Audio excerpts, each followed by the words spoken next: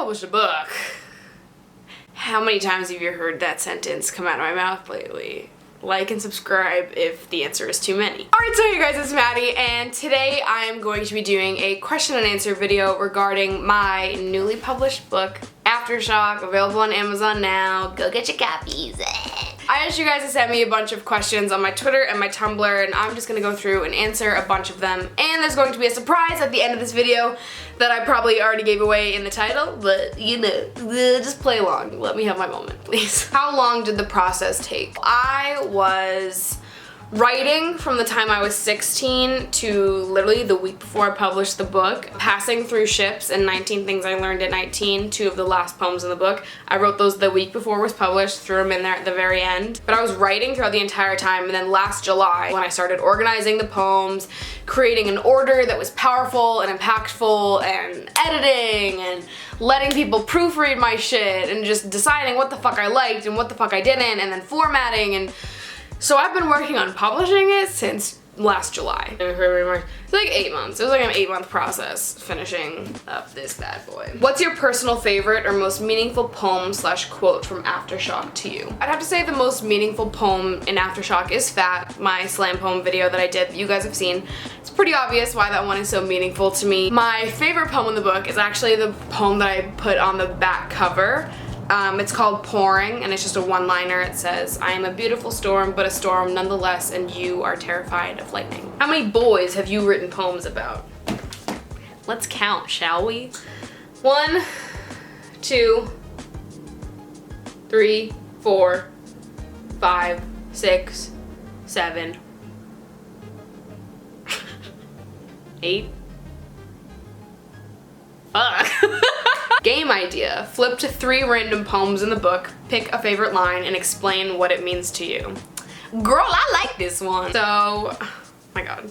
This is one that I don't really like that much. This poem is called Replaceable. It's on page 88. The line I kind of go to is, I fear the thought of being unimportant to everyone important to me, and I fear the thought of being less than everyone expects me to be. I wrote this poem about some friends of mine that weren't really being great friends to me. I felt like I was an unnecessary addition to their lives, and I just felt super fucking replaceable to them. But like I said, not one of my favorite things I've ever written.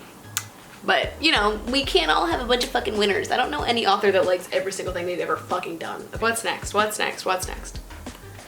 This one. Ah, okay. This one is called Sex.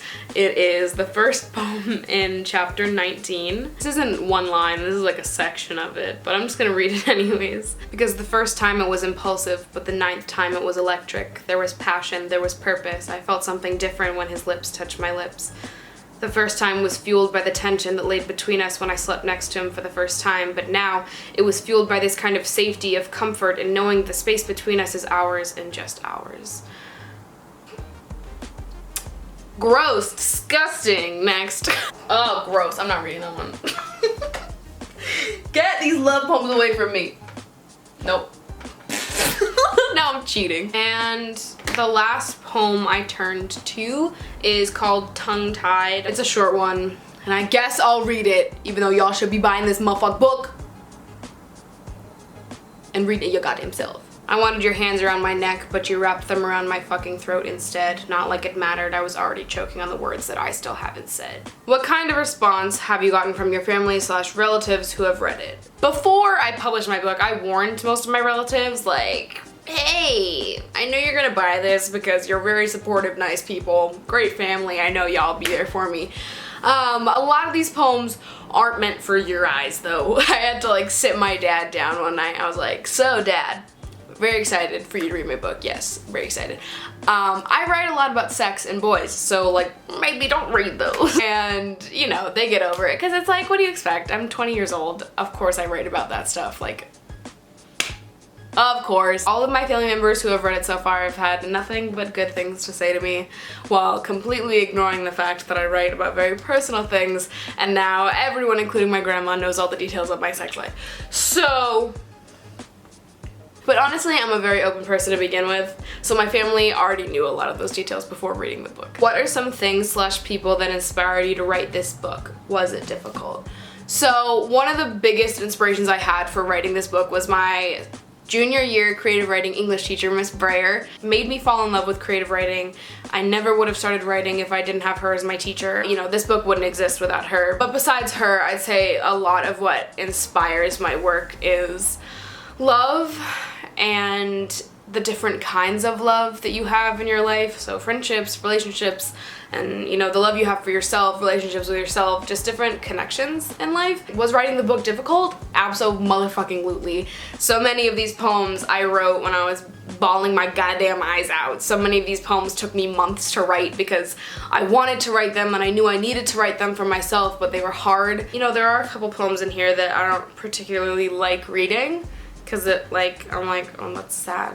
That's gross, bye. And even some of the happy poems are hard to read now because I'll like read them. I'm like, oh, you were so happy when you wrote this.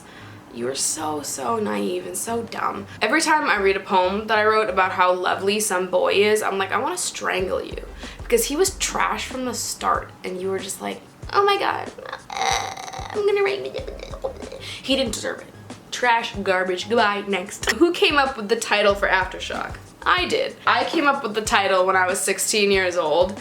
It was the name of my final portfolio for my creative writing class, and it was the same exact thing, Aftershock, a collection of poetry and prose written after my first couple of earthquakes. And it just felt fitting because this book wouldn't have existed if I had not taken that class, and I just really liked the concept in general. So, you know, I liked it when I was 16, I like it when I'm 20. Probably gonna like it forever. Maybe not. That's a big statement to make, but you know, you like something for a long period of time. It seemed fitting for the collection. Whatever. There it is. Do the people you wrote about in the book know you wrote about them or no? Some of them know. Some of them don't. The person that 16 is about has no idea. The people that 17, 18, and 19 are about, they know. They're fully aware of the poetry I wrote about them, and they've known before the book was even published, before the book was even in the works, before I was talking about it. They knew I was writing about them as it was happening. So the people I wrote about in the 17th chapter, they knew I was writing about them when we were fucking 17. So yeah. Yeah, people know. What's your favorite poem in each of the chapters? My favorite poem in 16 is definitely Dickhead. Big fan of Dickhead. I just love Dickhead. Love the passion in that one. In 17, my favorite is... I have two favorites in 17. It's probably a tie between Just Friends and Too Much. My favorite poem in 18 is Tea or Nostalgia. Or Queen Size Mattress. Listen, dude, I just fucking love my own poetry. My favorite poem in 19 is either Pouring or Magnets. Are you working on another book now? Listen. Writers don't just stop writing. But whatever I'm working on now is not coming for a very long time. So don't you fucking worry about it. For those of you that have purchased yourself a copy of Aftershock, thank you so much for supporting me and for supporting the book. It really does mean so much to me, and I hope you guys are loving it, or you did love it when you read it. Let your friends borrow your books, pass it around.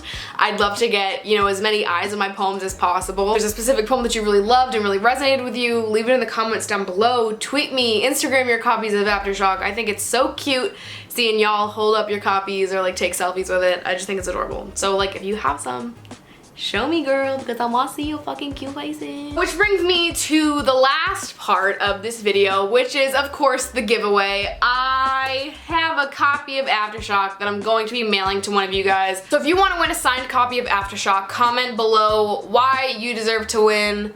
And I don't know, just comment fucking something about why you need this copy of Aftershock, and make sure to include your Twitter handle or your Instagram handle so that I can contact you easily if you win. The link to buy your own copy of Aftershock is in the down bar below. I love you guys so much. Thank you for fucking everything. This book would not exist without you either. And I just love you so much. I do. I just fucking love you so much. I'm fucking sweating right now, so I'm gonna go. I love you guys so much. I will see you guys later.